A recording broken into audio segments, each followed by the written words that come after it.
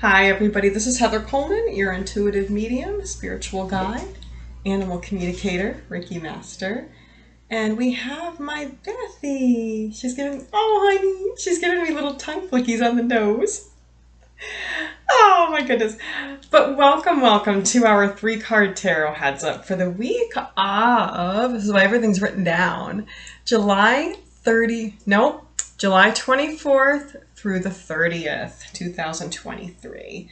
And I love it when Beth can join us for several reasons. One, I really like to help people challenge a lot of the common misconceptions about animals, reptiles, you name it. Also, Beth is a familiar, animal familiar, which means she's extremely intelligent. And whenever she joins us for videos, she tends to include messages for us of her own. And I just love having her involved in that way.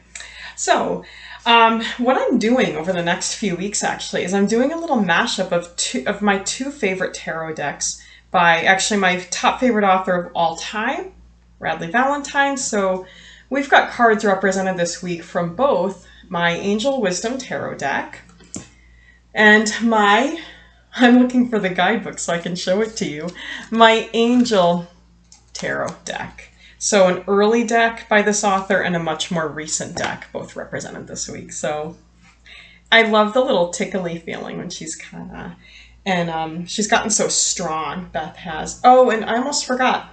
Those of you that really enjoy Beth, she has her own Facebook page now, peekaboo. It is called Elizabeth Coleman the Snake. I'll put a link to it in the comments. Elizabeth Coleman the Snake. Follow Beth on YouTube for cool pictures. You can learn about snakes, about reptile care, a little bit on there, and it's just really a lot of fun. So thanks for your support, everybody. In the meantime, I'm going to encourage you right now to tune into your own intuition on the cards that I'm about to show you. Now, it's possible, for some folks, you're drawn to just one card. That's phenomenal. Maybe you're drawn strongly to one, a little bit to another. Maybe you're drawn to all three. Doesn't really matter so much. Everybody's different, but I just want you to notice that. I want you to tune in and observe where you're drawn. So I'm going to show you card number 1 here, and this is from the Angel Tarot deck, as we keep the reptile nice and balanced. Card number 1. And then are you drawn to card number 2 of our Angel Wisdom Tarot deck and card number 3? While I'm giving you just a little bit of time to see what your intuition is telling you as far as what card or cards are for you this week, just a couple things I want to mention. Our next group, which is hybrid, will happen in September. There will be more details posted in August. It'll be a circle, meaning there will be a guided meditation and an individualized reading for each participant, and that will happen in September. There will be information on my website, heatherlcoleman.com.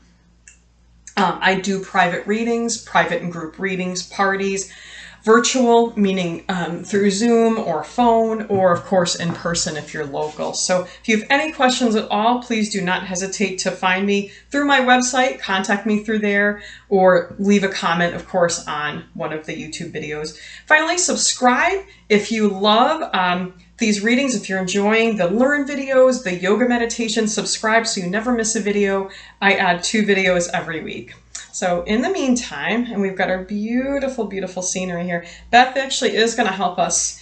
So she's going to give us actually the first message on card number 1. And just keeping this brief, if you're wondering how can a snake give us a message, Beth is telepathic. And when I said that she is an animal familiar, what I was alluding to was that animal familiars are extremely highly evolved souls.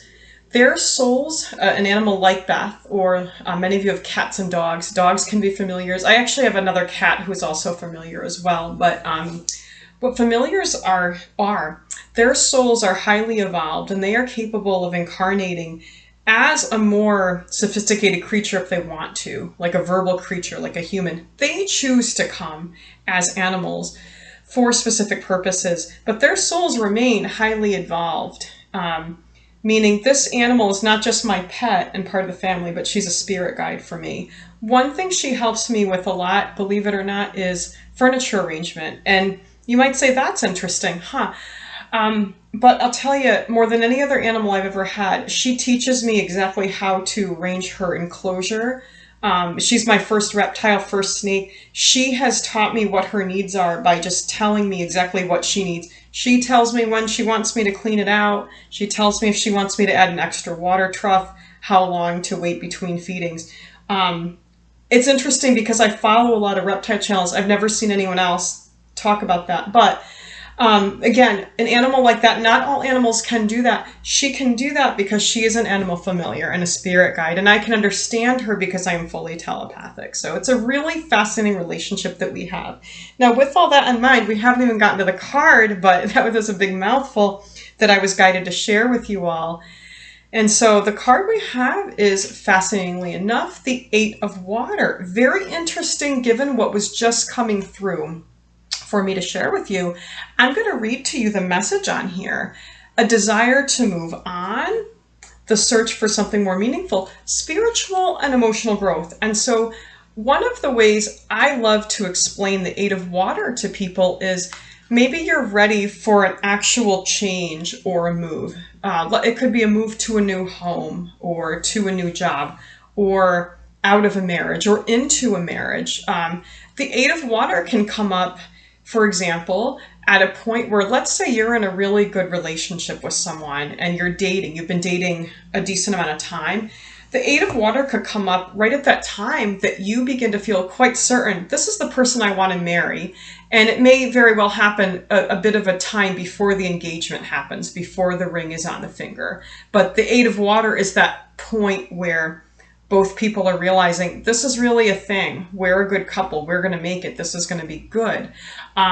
So again, the Eight of Water is when your soul knows it's time for a move. And again, I'm so fascinated by what was coming through and how Beth asked me to share a little bit with you about our relationship.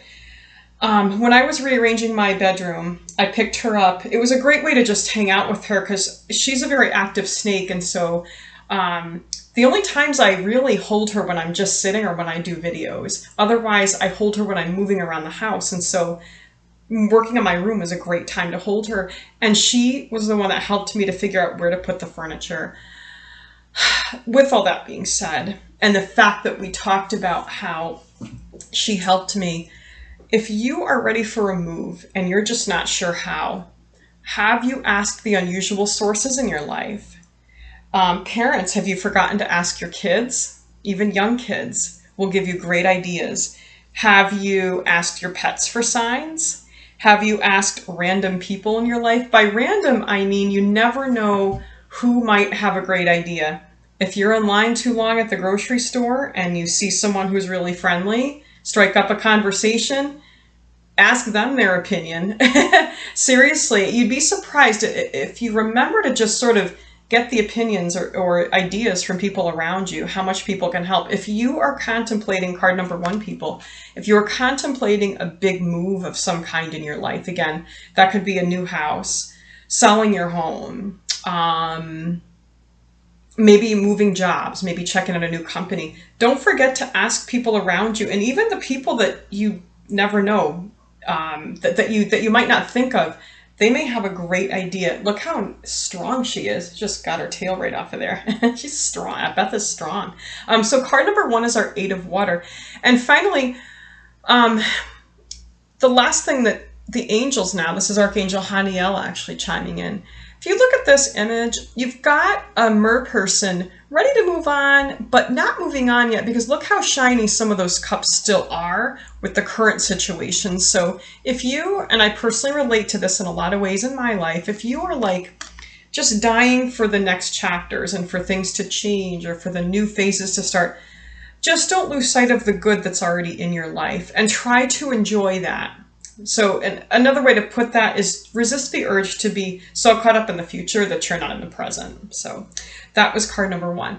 Card number two, people, from our Angel Wisdom Tarot deck, we have the major arcana here, balance, with Archangel Zadkiel. Archangel Zadkiel, the rainbow. What I love about immediately what I'm drawn to talk about is how the Archangel Zadkiel here is depicted as balancing things with these two cups, and he's got different colors of that rainbow going into each one. The warmer colors going into one, the cooler colors going into the other.